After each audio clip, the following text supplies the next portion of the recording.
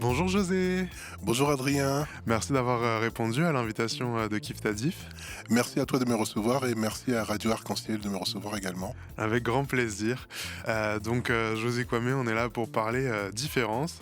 Kif Tadif, c'est un podcast qu'on a décidé de lancer justement parce qu'on s'est aperçu que la différence était vue un peu comme une marginalisation et quelque chose plutôt de connoté négativement, alors qu'en fait c'est une richesse dont on doit venir se nourrir.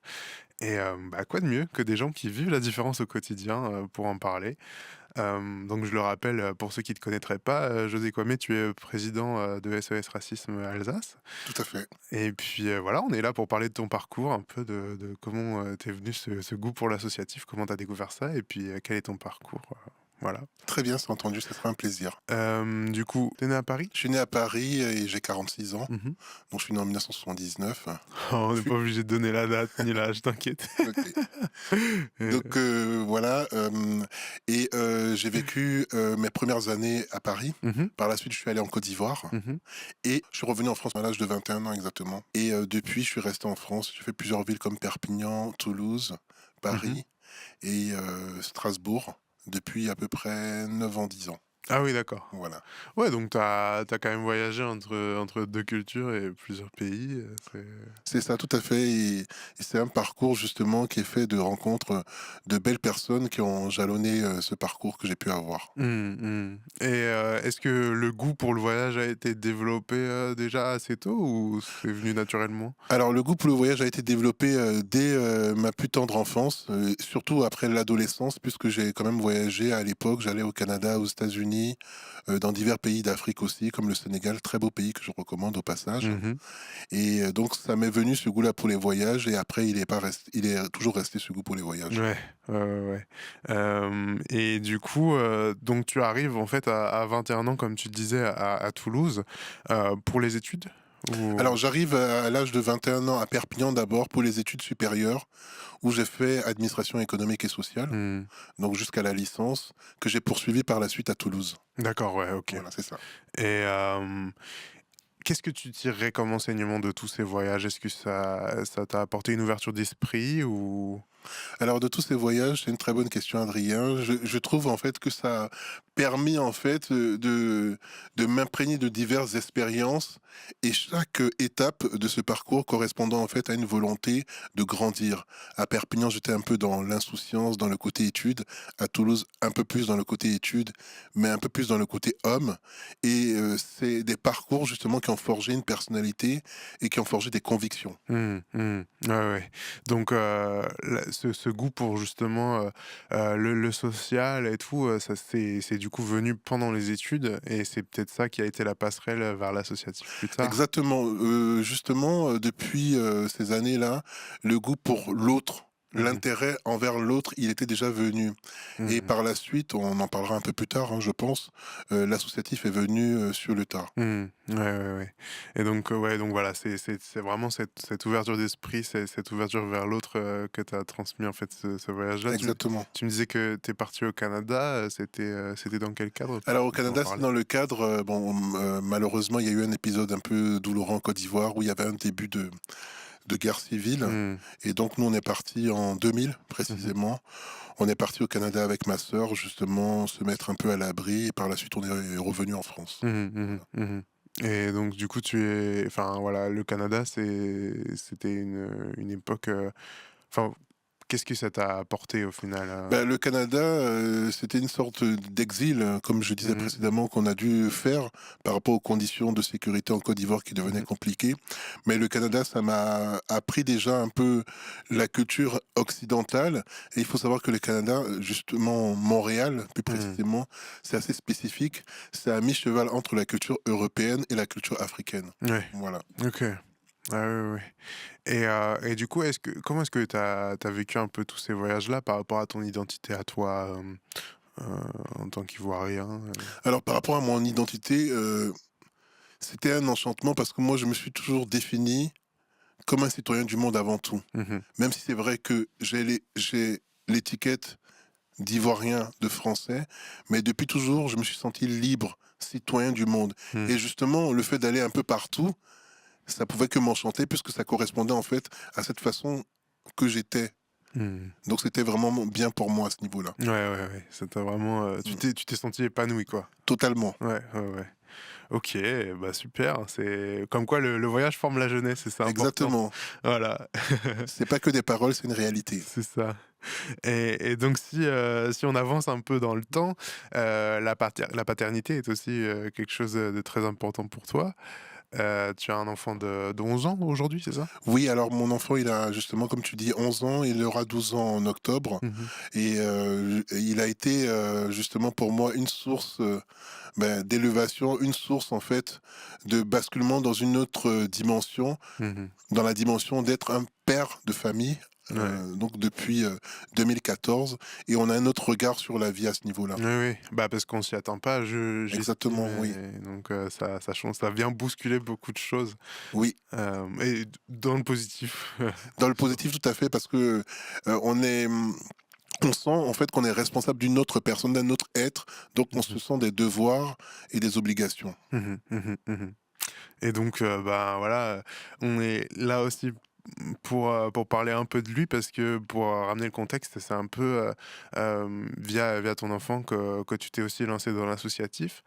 Voilà, est-ce qu'on peut apporter un peu de contexte, là-dessus, Bien sûr, en fait, ce qui s'est passé, c'est que, en décembre 2023, mon fils a eu un épisode, douloureux, un épisode que je ne souhaite à aucun enfant de vivre en l'occurrence. Mmh. C'est qu'il a été victime de racisme assez tôt. À l'époque, il avait donc 9 ans, et c'est, une fille de sa classe, qui lui a dit: «Sale noir, tu ne mérites pas de vivre», et d'autres insultes racistes assez profondes. Ça Mmh. nous a profondément marqués. Moi, en désespoir de cause à l'époque, je me suis tourné vers SOS Racisme et d'autres organisations, et j'ai vu que SOS Racisme n'était pas présente en Alsace. Ça nous a assez surpris. Moi, et Caroline Soubiès, voilà, qui est aussi la cofondatrice du comité SOS Racisme Alsace. De là, en fait, on a entrepris des démarches. Moi, j'ai écrit à Dominique Sopo, qui est le président d'SOS Racisme. Il m'a mis en France du relation. coup, l'antenne France, nationale? voilà, Mmh. l'antenne nationale. Il m'a mis en relation avec le développement et construction, en fait, de la région Est. Mmh. Et suite à ça, avec Caroline, on a décidé de remonter. Et Héroïde aussi, qui était une personne qui était présente, mais qui n'avait pas de titre en tant que tel à SOS Mmh. Racisme, une sorte de référent. Et à trois, suite à mon histoire personnelle, par la force des choses, on a décidé de remonter l'antenne, où on a pris des responsabilités très vite tous les trois. Ouais. Ouais, Voilà. ouais. Et ça se passe donc à peu près en mars 2024. Mmh. OK, et donc c'est là que tout commence.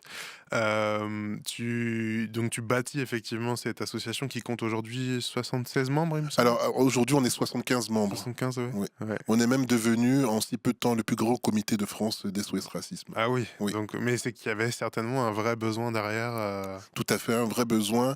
On a eu aussi pas mal de techniques pour développer le comité aussi. mmh. Et là, donc, dans quelques semaines, on fêtera nos 2 ans déjà. Ah oui, oui, oui, ça passe vite, ça passe vite. Et qu'est-ce que tu viens chercher toi dans l'associatif? Ça doit te nourrir certainement? Alors dans l'associatif, Adrien, je viens chercher en fait, hem, le fait d'être utile, Mmh. aussi bien à une cause que utile pour des personnes qui seraient en détresse par rapport à des situations qu'elles auraient vécues d'une part, et Ouais. d'autre part aussi être utile par rapport à des personnes qui ne savent pas vers qui se tourner aussi, et Mmh. être un rempart face au fatalisme qu'on peut vivre de nos jours et de ces dernières années, en Ouais. l'occurrence en France. Mmh. Je comprends, je comprends. Mais en tout cas, c'est super que, cet engagement ait trouvé, résonance, dans la région et tu as l'air de porter ça, fièrement et d'une main de maître donc c'est vraiment super. Je te remercie. Hem, voilà, on peut peut-être parler maintenant plus en détail de vos actions associatives, et peut-être du champ médiatique, derrière. Quels sont les volets, qui couvrent votre action? Alors à SOS Racisme Alsace, et même SOS Racisme de manière plus générale, on a 3 types d'actions. Mmh. On a la première action en fait qui est l'éducation populaire, Mmh. qui va consister à faire de la sensibilisation. Donc aller dans les écoles les collèges et les lycées Mmh. pour sensibiliser en fait les écoliers, les collégiens et les lycéens en fait au racisme, à l'antisémitisme et aux discriminations. Ouais. À travers un module qui s'appelle Faire reculer les discriminations. Mmh. Ce module, il faut le préciser et c'est hautement important, a un agrément de l'éducation nationale. Donc, ce qui nous permet de nous ouvrir les portes de ces établissements. Et c'est un module de 2 heures de temps qu'on fait. Mmh. On le fait dans plusieurs villes, hein. On l'a fait récemment à Aubernais, on l'a fait à Saverne. On a des projets aussi pour Lingolsheim. Mmh. Donc, D'accord.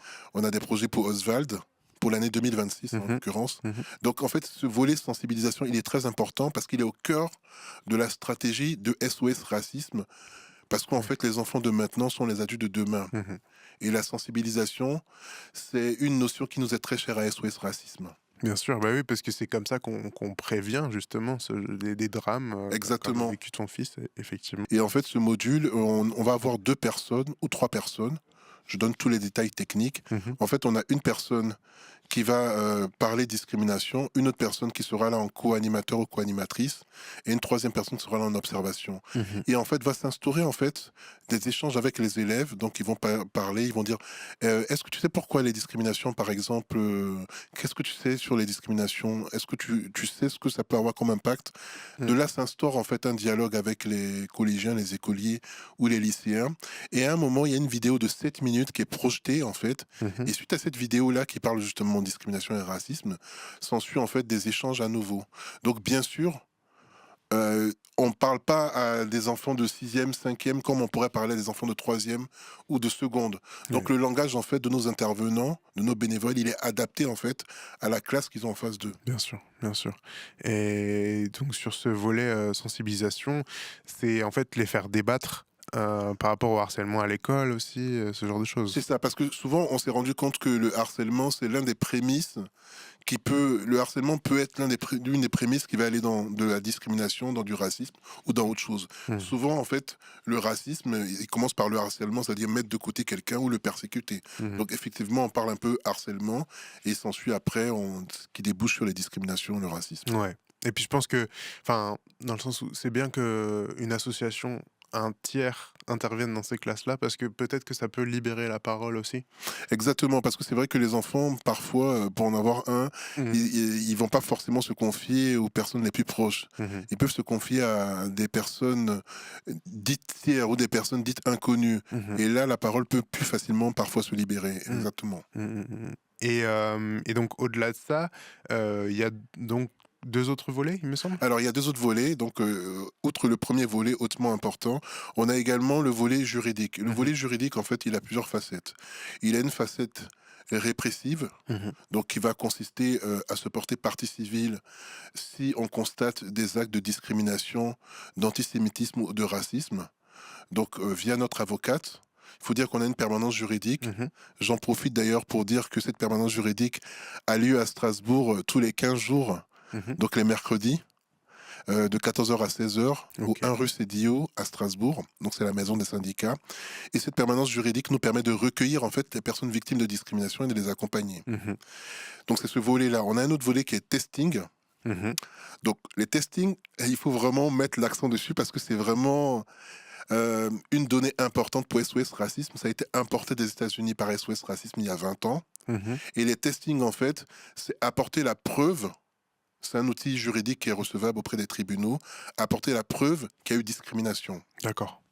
Comment on va le faire?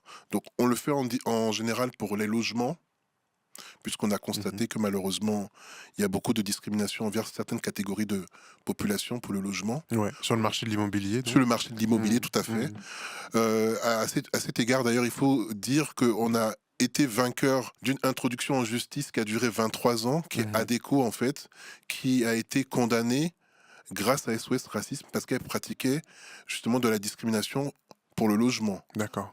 Donc, Mmh. pour les testings, en fait, on va se faire passer dans la peau d'une personne, en général d'un propriétaire de logement, Mmh. et ce propriétaire, sciemment, il va dire qu'il ne veut pas d'arabe ou de noir Mmh. ou d'asiatique. Enfin, il ne veut pas en fait de personnes Non blanche. non blanches, Mmh. voilà, Personne racisée. voilà, de personnes racisées. Mmh. Et en fait, on s'attend à ce que justement l'agent immobilier refuse Mmh. parce que c'est illégal. Et malheureusement, bien souvent, Il va prioriser des dossiers en exactement, adéquation il va avec aller dans le les. sens pour des raisons pécuniaires et c'est quand même condamnable parce que l'argent ne doit pas tout justifier, l'argent ne doit pas justifier le fait qu'on soit discriminé. Mmh. Pour des raisons pécuniaires, ils vont souvent accepter en fait ce que les propriétaires de logements leur demandent. Mmh. Mmh. Voilà. Donc nous, on apporte cette preuve-là, en fait. Et dernièrement, on a fait une vague de testing. Je ne sais pas si vous avez eu connaissance de ça. Oui, oui, oui, Oui. bah, du coup, vu qu'on en avait parlé pour préparer, je suis allé un peu me renseigner, ouais. Voilà. Donc, Mmh. tu t'es renseigné, tu as vu que justement, sur ce volet-là, en fait, on a mené une enquête auprès de presque 200 agences. Donc, c'est Mmh. assez conséquent. Et il était ressorti que 49%, c'est-à-dire 50%, hein, Mmh. c'est-à-dire la moitié, avaient des pratiques discriminatoires et discriminantes Mmh. pour le logement. Et ça, c'est pas normal. Donc, Ouais. c'est notre combat aussi, justement, de savoir relever ça.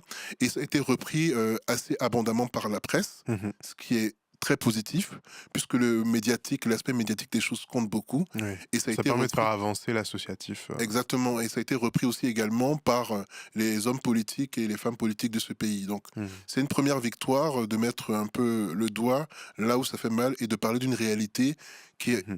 trop souvent encore active dans notre société. Ouais, ouais, ouais. Voilà. Mmh. Oui, et puis c'est d'autant plus une fierté que, comme tu le rappelais, vous êtes quand même une jeune association, Tout à donc fait. enfin qui existe depuis longtemps, mais voilà, qui a été, ravivée justement par toi en partie. Hem et donc il y a aussi, un troisième volet qui là concerne plutôt les événements, culturels et festifs. Alors ce volet, il est assez passionnant, je dois dire, et tu vois, je t'en parle, j'ai le sourire, parce que Mmh. c'est un volet, en fait, où on fait preuve d'imagination. En fait, c'est un volet où on peut dire qu'on a carte libre pour Mmh. promouvoir, en fait, l'égalité. Mmh. Donc, on va donner dans du classique, donc c'est-à-dire les conférences, débats, les cafés Mmh. littéraires, des choses. Et là, prochainement, on fera aussi Martin Luther King. Mmh. C'est une exposition D'accord. et aussi une conférence débat Mmh. autour de ce personnage hautement inspirant Mmh. qu'est Martin Luther King, parce que en fait, son combat, il n'était pas qu'un combat pour les États-Unis, hein, en fait, hein, c'était un combat pour le monde, Ouais. tout simplement en fait pour que, de manière générale, bon, là en particulier c'était les Noirs, mais que pour toute personne qui est dite minoritaire ait les mêmes droits en fait que Mmh. les personnes blanches. Donc Ouais. c'est un personnage qui a beaucoup inspiré dans ce monde-là. Oui, oui, et puis je parlais, bah, avec, Anne-Muriel Quadio, dans un épisode précédent, justement de panafricanisme, Tout à fait. et donc c'est un peu, voilà, c'est cette idée-là aussi, qu'on veut transmettre. Voilà, c'est vers cette idée qu'on a tendance à converger, Mmh. parce qu'en fait, la lutte, en fait, ben, elle est censée concerner tout le monde et elle devrait Mmh. concerner tout le monde, Mmh. justement. Mmh. Oui, oui, c'est un des messages d'ailleurs de SOS Racisme. C'est pour ça que vous faites de l'éducation, populaire, Populaire. pour montrer qu'en fait, bah, le racisme est bien présent en France et qu'il Oui, faut justement, combattre ça, et que tout le monde a un peu sa pierre à apporter à l'édifice, finalement. je suis entièrement d'accord avec Mmh. toi et j'approuve totalement ce que tu dis, Mmh. Adrien. C'est ça. Ouais, non, mais en tout cas, c'est vraiment top, toutes ces actions-là, Merci que vous beaucoup. mettez en place. En plus, c'est, de l'associatif, donc la plupart, ce sont des bénévoles, Oui, je sais pas exactement. quel point. Et je profite de l'opportunité que tu me donnes à Mmh. travers le micro de Radio Arc-en-Ciel pour remercier tous les bénévoles qui œuvrent pour SOS Racisme au quotidien, qui viennent régulièrement, et puis pour toutes les personnes qui nous suivent et toutes les Mmh. personnes qui partagent ce combat et ces idéaux-là qui nous sont chers. Ouais, ouais, bah, oui, parce que c'est vrai qu'une association, ça tourne pas tout seul, hein. Comme on l'a dit, vous êtes Exactement. 75, et 75 ans. c'est quand même, ouais, enfin, faut gérer tout ce monde-là. Oui, et c'est une belle fierté, comme tu as pu le sentir dans ce que je disais, dans ma posture aussi également, Mmh.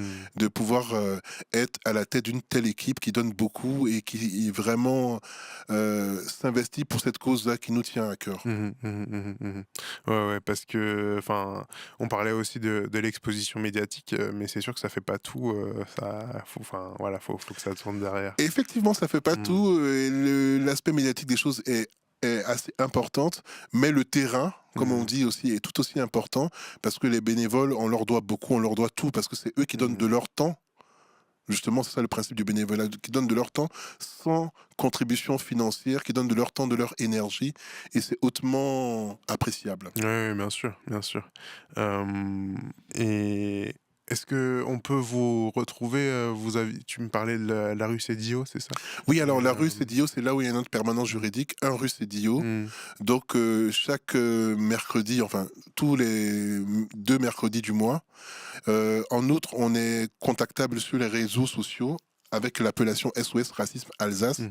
aussi bien sur Instagram que sur Facebook. Ouais. Et on a le projet de faire, un TikTok aussi OK, également. oui, pour peut-être aussi, plus toucher les jeunes Tout justement, à fait, pour par être un dans autre l'heure biais du que temps, l'école. parce que le numérique, il est vraiment important et le but, c'est d'aller capter, en fait, cette jeunesse-là, en fait, Mmh. et il faut s'adapter aux nouveaux outils. Ouais, ouais, bien sûr, parce que, enfin, comme tu le disais, le racisme touche tous les âges et commence dès l'enfance en fonction de l'éducation qu'on a reçue ou des principes qui sont transmis. Donc, C'est ça, c'est important de savoir aller toquer à la bonne porte oui, pour sensibiliser sur ces sujets-là, oui, c'est oui. sûr.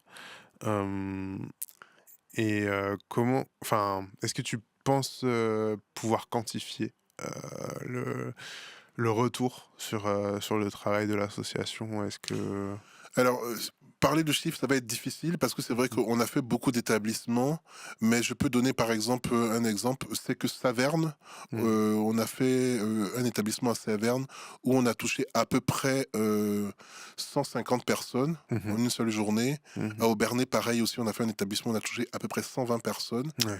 Donc c'est 120 personnes, plus 150, plus d'autres aussi. Voilà, et c'est un combat qui est quotidien aussi, à savoir que l'éducation populaire, c'est vraiment un vecteur important pour nous. Mmh. Et toucher ces personnes, ça a vraiment son importance pour nous. Ouais, ouais, ouais, c'est sûr. Et est-ce que vous passez parce que tu me parlais de l'exposition, est-ce que vous passez notamment par le cinéma peut-être, par d'autres formes d'art?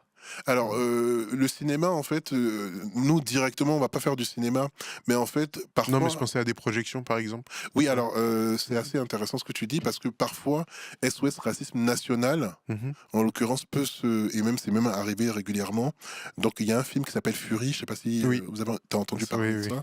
Mmh. SOS Racisme est partenaire national. D'accord. Donc nous, localement, on peut reprendre les choses. Mmh. Bon là, c'est vrai qu'on était mobilisés sur plusieurs fronts, on n'a pas pu le faire, On peut pas mais être ça fait partout. partie, on peut pas être partout, on essaie de faire au mieux, mais ça fait partie de nos projets justement de parfois passer par le cinéma, en fait, pour faire passer des messages et être Mmh. partenaire de certains films Ouais, ouais, ouais, c'est important de savoir utiliser, les canaux qui sont à notre à disposition, disposition, c'est ça. effectivement, c'est sûr. Si on peut faire des choses différentes, et c'est là aussi la richesse des SOS Racisme Alsace, d'être un peu précurseur dans l'approche et de faire des choses différentes. Ça peut être, on peut, et ça on le fera, des maraudes Mmh. aussi. Ah oui. On peut aussi également faire, de manière générale aussi, des collectes aussi pour aider les personnes, voilà, Mmh. qui sont dites, minoritaires et justement racisés, qui n'ont pas forcément accès à certaines choses. Mmh. Et de manière générale, en fait, tout ce qui fait pour promouvoir l'égalité, en fait, on le mettra en place Ouais. aussi bien en 2026 que l'année prochaine. Et cet aspect culturel, c'est un aspect qui est très important pour nous aussi, Mmh. parce qu'en fait, on peut être militant pour l'égalité dans la joie. Ouais, ouais, ouais, et puis, ça passe aussi par l'éducation. Exactement, Voilà, par la pédagogie parce que exactement. c'est souvent, je pense que l'un de vos principaux messages, c'est de connaître l'autre parce que l'inconnu peut effrayer, et donc ça peut voilà, il faut apprendre à connaître, justement, les gens qui nous entourent. Ce que tu dis est vraiment assez véridique parce que c'est Mmh. vrai que la méconnaissance engendre la peur. Mmh. Et engendre la haine et Mmh. engendre justement en fait, des réticences. Ouais. Et le but, c'est de briser en fait ces chaînes-là Mmh. pour aller vers la connaissance de l'autre et puis pour voir que l'autre en fait, il est comme nous en Ouais, fait. ouais, ouais, et puis déjà de commencer par les prouver qu'il y a ces chaînes-là, ces barrières-là, Tout à notamment fait. par le testing et ensuite d'aller vers l'ouverture vers l'autre. Donc instaurer un peu, du dialogue, quoi. Voilà, mais non, c'est vraiment super, cet engagement, dans le social, Merci beaucoup dans Adrien. ton parcours. Est-ce que vous faites aussi de la formation, par exemple, chez les adultes aussi? Ou Alors oui, c'est intéressant ce que tu dis, c'est vrai que, souvent on peut croire qu'on s'adresse qu'aux enfants, pas du tout. mmh, On fait des ateliers dans les entreprises aussi, donc il ouais. suffit juste de nous demander. Nous aussi on peut solliciter aussi. Mmh. On fait des ateliers dans les entreprises aussi, pour parler discrimination, pour parler racisme, pour parler antisémitisme. Oui, Donc on peut nous solliciter à tout moment pour on a une équipe, OK. assez qualifiée à ce niveau-là. Ah oui, oui, c'est super, et vous faites des coopérations aussi, par exemple, avec d'autres associations, des événements en commun ou? Alors pour le moment, on n'en a pas encore fait, Mmh. mais c'est prévu dans les toutes prochaines semaines, Mmh. justement, qu'on fasse quelque chose dans le cadre des élections. D'accord, ouais, Voilà, donc courant qu'on fasse mars, ouais. courant mars, qu'on Mmh. fasse quelque chose. Et là, pour le moment, je peux pas trop encore en parler parce que c'est en cours, c'est Mmh. en train d'être peaufiné, mais c'est prévu qu'on s'associe à une autre association, justement, pour, entendre ce que les candidats, ils ont à dire sur les discriminations, Ouais, ouais, ouais. sur le racisme et l'antisémitisme, de Mmh manière mh. générale. Mmh. Parce que je pense que justement, la manière de faire passer des messages, que vous portez, ça va être aussi par, le lien, avec d'autres associations justement. Exactement, c'est Mmh. plus, la parole est relayée, plus elle a d'importance et plus elle a d'impact. Donc le Mmh mh. but justement, c'est qu'on ne soit pas les seuls à porter ce message-là, c'est que Mmh. d'autres associations par d'autres canaux puissent porter ce message. Ouais, clairement, Mmh. clairement. Mais en tout cas, ouais, c'est vraiment, une cause, qui on voit, t'anime et te tient à cœur. Tout à fait, oui. Et donc c'est vraiment super. Hem, C'est un combat quotidien et ouais. puis, c'est pour les autres aussi que je le fais aussi, Mmh. voilà.